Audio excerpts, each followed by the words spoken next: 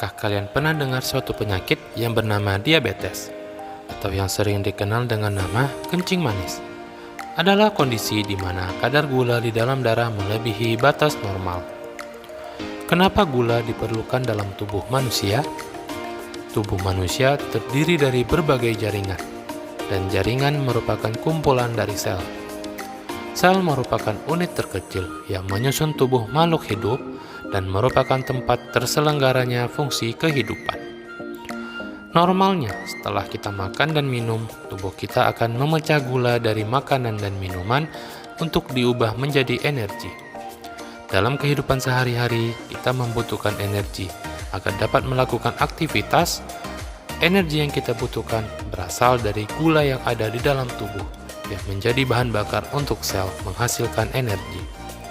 Energi juga berfungsi untuk sistem pernafasan, irama jantung, regulasi suhu tubuh, dan masih banyak lagi.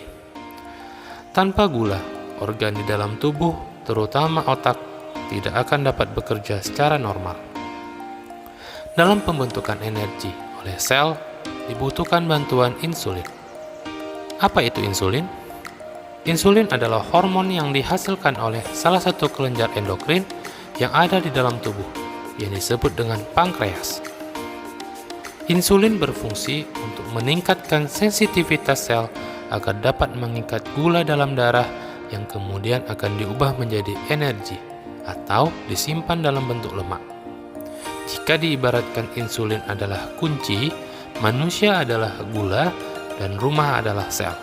Dengan begitu, manusia tidak bisa masuk ke dalam rumah jika tidak ada kunci. Atau, dengan kata lain, gula tidak dapat masuk ke dalam sel jika tanpa adanya insulin. Jadi, bisa disimpulkan bahwa insulin adalah kunci untuk gula bisa masuk ke dalam sel.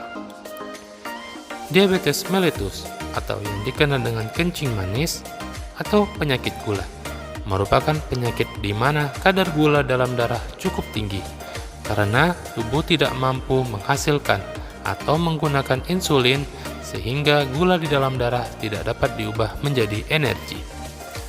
Diabetes mellitus diakibatkan oleh beberapa penyebab, antara lain, yang pertama, ketidakmampuan pankreas dalam menghasilkan insulin yang cukup, sehingga gula yang ada di dalam tubuh tidak dapat digunakan seluruhnya, yang menyebabkan kadar gula di dalam darah meninggi. Penyebab lain yaitu saat sel-sel tubuh tidak sensitif terhadap insulin, sehingga gula yang ada di dalam darah tidak dapat masuk ke dalam sel, yang menyebabkan gula dalam darah tidak dapat diubah menjadi energi.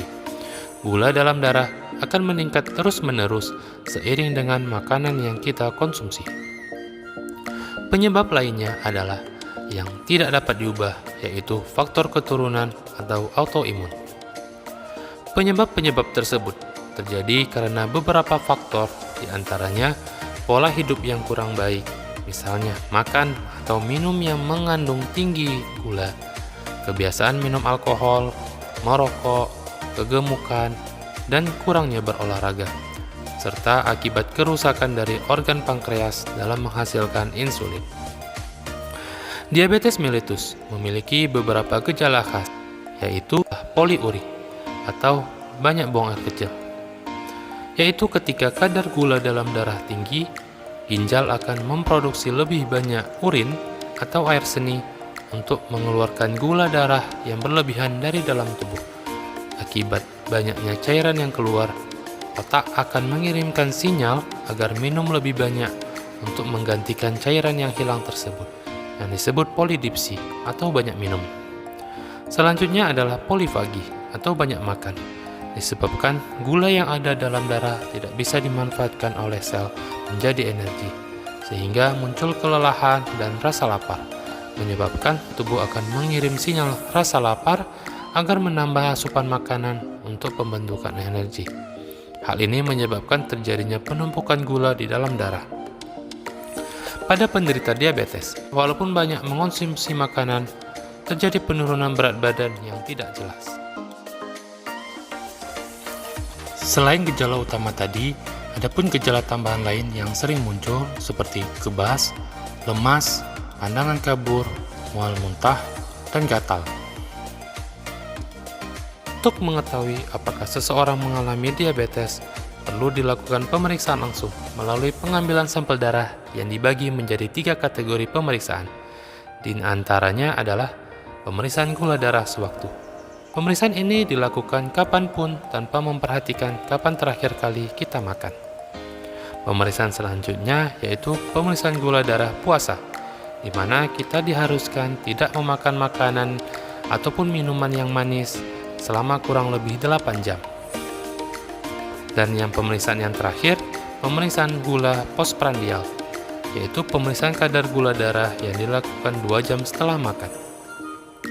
Penyakit diabetes mellitus adalah penyakit yang tidak dapat disembuhkan, sehingga dalam dunia medis, fokus utama dalam penanganannya adalah menjaga agar kondisi gula darah dalam batas normal dan meningkatkan kualitas hidup. Adapun penanganan yang bisa dilakukan diantaranya adalah menjaga pola hidup sehat dan rajin berolahraga, serta mengatur pola diet makanan rendah gula.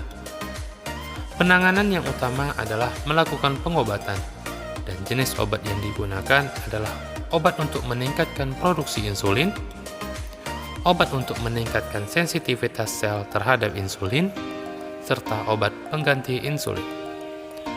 Jika penyakit diabetes tidak diobati dan kadar gula darah tidak terkontrol, maka beresiko menimbulkan komplikasi-komplikasi penyakit lain berupa pada otak bisa menyebabkan penyakit stroke, pada mata bisa menyebabkan gangguan penglihatan, pada jantung bisa menyebabkan serangan jantung dan gagal jantung, pada ginjal bisa menyebabkan gagal ginjal dan juga menyebabkan gangguan fungsi seksual, serta pada kulit bisa menyebabkan infeksi kulit hingga borok.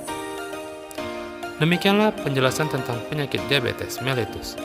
Semoga kita dapat menerapkan pola hidup sehat untuk mencegah terjadinya penyakit diabetes.